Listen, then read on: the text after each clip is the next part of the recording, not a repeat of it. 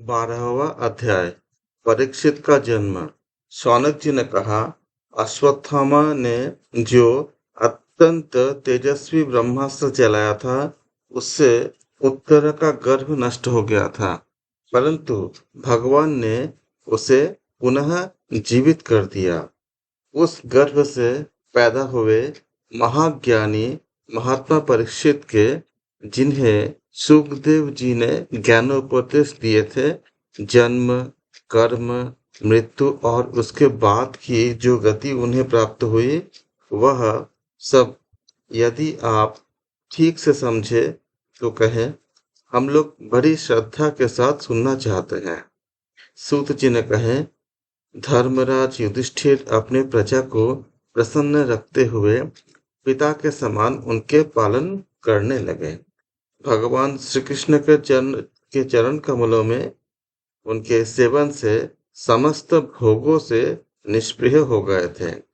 शौनक आदि ऋषियों, उनके पास अतुल संपत्ति थी। उन्होंने बड़े बड़े यज्ञ किए थे तथा उसके फलस्वरूप श्रेष्ठ लोगों का अधिकार प्राप्त किए थे। उनकी रानियां और भाई अनुकूल थे। सारे पृथ्वी उनकी थी। वे जम्मू द्वीप के स्वामी थे और उनकी कीर्ति स्वर्ग तक फैली हुई थी। उनके पास भोग की ऐसी सामग्री थी जिसके लिए देवता लोग भी लालायित रहते थे, परंतु जैसे भूखे मनुष्य को भोजन के अतिरिक्त दूसरे पदार्थ नहीं सुहाते, वैसे ही भगवान के सिवा दूसरा कोई वस्तु सुख नहीं देती थी। शौनक जी, उत्तरा के गर्भ में स्थित वह वीर शिशु परीक्षित जब अश्वत्थामा के ब्रह्मास्त्र के तेज से जलने लगा, तब उसने देखा कि उसके आंखों के सामने एक ज्योतिर्मय पुरुष है। वह ज्योतिर्मय पुरुष, वह देखने में तो अंगूठे भर का है, परंतु उसके उसका स्वरूप बहुत ही निर्मल है।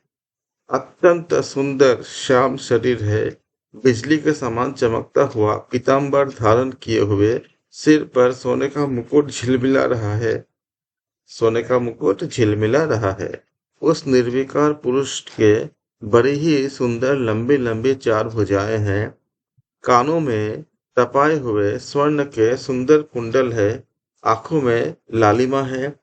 हाथ में लुके के समान जलती हुई गदा लेकर उसे बार बार घुमाया जा रहा है और स्वयं शिशु के चारों ओर घूम रहे हैं। जैसे सूर्य अपनी किरणों से कुहरे को भगा देते हैं, वैसे ही उस गदा के द्वारा ब्रह्मास्त्र के तेज को शांत करता जा रहा है। उस पुरुष को अपने समीप देखकर वह गर्भस्थ शिशु सोचने लगा कि यह कौन है। इस प्रकार उस 10 माह के गर्भस्थ शिशु के सामने ही धर्म रक्षक अप्रमेय भगवान श्री कृष्ण ब्रह्मास्त्र के तेज को शांत करके वही अंतर्ध्यान हो गए। तदनंतर अनुकूल ग्रहों के उदय से युक्त समस्त सद्गुणों को विकसित करने वाले शुभ समय में पांडु के वंशधर परीक्षित का जन्म हुआ। जन्म के समय ही वह बालक इतना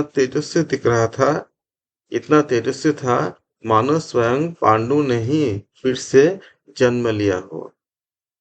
पौत्र के जन्म की बात सुनकर राजा युधिष्ठिर मन में बहुत प्रसन्न हुए। उन्होंने धौम्य, कृपाचार्य आदि ब्राह्मणों से मंगल वाचन और जात कर्म संस्कार करवाए। महाराज युधिष्ठिर दान के योग्य समय को जानते थे। उन्होंने प्रजातीर्थ नामक काल में, अर्थात नाल काटने के पहले ब्राह्मण को सुवर्ण, गौ, पृथ्वी, गांव, उत्तम जाति के हाथी घोड़े और उत्तम अन्न का दान किया। ब्राह्मणों ने संतुष्ट होकर अत्यंत विनयी युधिष्ठिर से कहा, पुरुवंश शिरोमणि, काल की दुर्निवार गति से यह पवित्र पुरुवंश मिटना ही चाहता था, परंतु तुम लोगों की कृपा करने के तुम लोगों पर कृपा करने के लिए भगवान विष्णु ने यह बालक देकर इसकी रक्षा कर दी, इसलिए इसका नाम विष्णुरात होगा। निस्संदेह यह बालक संसार में बड़ा ही तेजस्वी, भगवान का परम भक्त और महापुरुष होगा। युधिष्ठिर ने कहा, महात्माओं, यह बालक क्या अपने उज्जवल यश से हमारे वंश की पवित्र कीर्ति महात्मा राजर्षियों का अनुसरण करेगा? ब्राह्मणों ने कहा, धर्मराज, यह मनुपुत्र इक्ष्वाकु के समान अपनी प्रजा का पालन करेगा तथा दशरथ नंदन भगवान श्री राम के समान ब्राह्मण भक्त और सत्य प्रतिज्ञ होगा।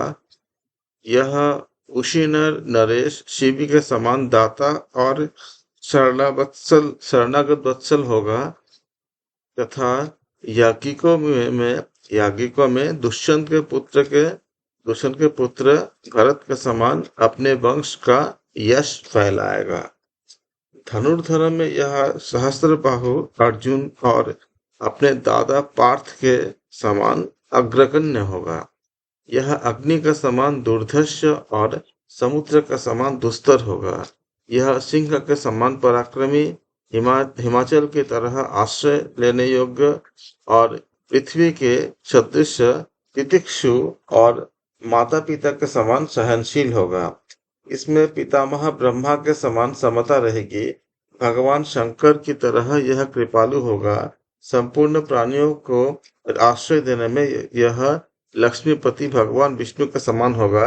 यह समस्त सद्गुणों की महिमा धारण करने में श्री कृष्ण का अनुयायी होगा। रंती देव के समान उदार होगा और ययाति के समान धार्मिक होगा। धैर्य में बलि के समान और भगवान श्री कृष्ण के प्रति दृढ़ निष्ठा में यह प्रहलाद के समान होगा। यह बहुत से अश्वमेध यज्ञों का करने वाला और वृद्धों का सेवक होगा। इसके पुत्र राजर्षि होंगे। मर्यादा का उल्लंघन करने वालों को यह दंड देगा। यह पृथ्वी माता और धर्म की रक्षा के लिए कलियुग का भी दमन करेगा। ब्राह्मण कुमार के श्राप से तक्षक के द्वारा अपनी मृत्यु सुनकर यह सबकी आसक्ति छोड़ देगा और भगवान के चरणों की शरण लेगा। राजन, व्यासनंदन सुखदेव जी से यह आत्मा के यथार्थ स्वरूप का ज्ञान प्राप्त करेगा और अंत में गंगा तट पर अपने शरीर को त्याग कर निश्चय ही अभय पद को प्राप्त करेगा। ज्योतिष शास्त्र के विशेषज्ञ ब्राह्मण राजा युधिष्ठिर को इस प्रकार बालक के जन्म लग्न का फल बतलाकर और भेंट पूजा लेकर अपने अपने घर चले गए। वही बालक संसार में परीक्षित के नाम से प्रसिद्ध हुआ, क्योंकि वह समर्थ बालक गर्भ में जिस पुरुष का दर्शन पा चुका था, उसका स्मरण करता हुआ लोगों में उसे की परीक्षा करता रहता था और उनकी परीक्षा करता रहता था कि देखे इनमें से कौन सा वह है जिनको उन्होंने गर्भ में देखे थे। जैसे शुक्ल पक्ष में दिन प्रतिदिन चंद्रमा अपने कलाओं से पूर्ण होता हुआ बढ़ता है, वैसे ही वह राजकुमार भी अपने गुरुजनों के लालन पालन से क्रमशः अनुदिन बढ़ता हुआ शीघ्र ही सयाना हो गया। इसी समय स्वजनों के वध का प्रायश्चित करने के लिए राजा युधिष्ठिर ने अश्वमेध यज्ञ के द्वारा भगवान की आराधना करने का विचार किया, परंतु प्रजा से वसूल किए हुए कर और दंड जुर्माने की रकम के अतिरिक्त और धन न होने के कारण वे बड़ी चिंता में पड़ गए। उनका अभिप्राय समझकर भगवान श्री कृष्ण की प्रेरणा से उनके भाई उत्तर दिशा में राजा मरुत और ब्राह्मणों द्वारा छोड़ा हुआ बहुत सा धन ले आए। उससे यज्ञ की सामग्री एकत्र करके धर्मभीरु महाराज युधिष्ठिर ने 3 अश्वमेध यज्ञ द्वारा भगवान की पूजा की है। युधिष्ठिर के निमंत्रण से पधारे हुए भगवान ब्राह्मणों द्वारा उनका यज्ञ संपन्न कराकर अपने सुहृद पांडवों की प्रसन्नता के लिए कई महीने तक वहीं रहे। शौनक जी, इसके बाद भाइयों सहित राजा युधिष्ठिर और द्रौपदी से अनुमति लेकर अर्जुन के साथ यदुवंशियों से घिरे हुए भगवान श्री कृष्ण ने द्वारका के लिए प्रस्थान किया। इस प्रकार 12वां अध्याय समाप्त होती है। कल हम 13वें अध्याय का पाठ करेंगे। आप सबके अंदर जो परमेश्वर विद्यमान है, मैं उनका प्रणाम करता हूँ। आप सबका बहुत बहुत धन्यवाद।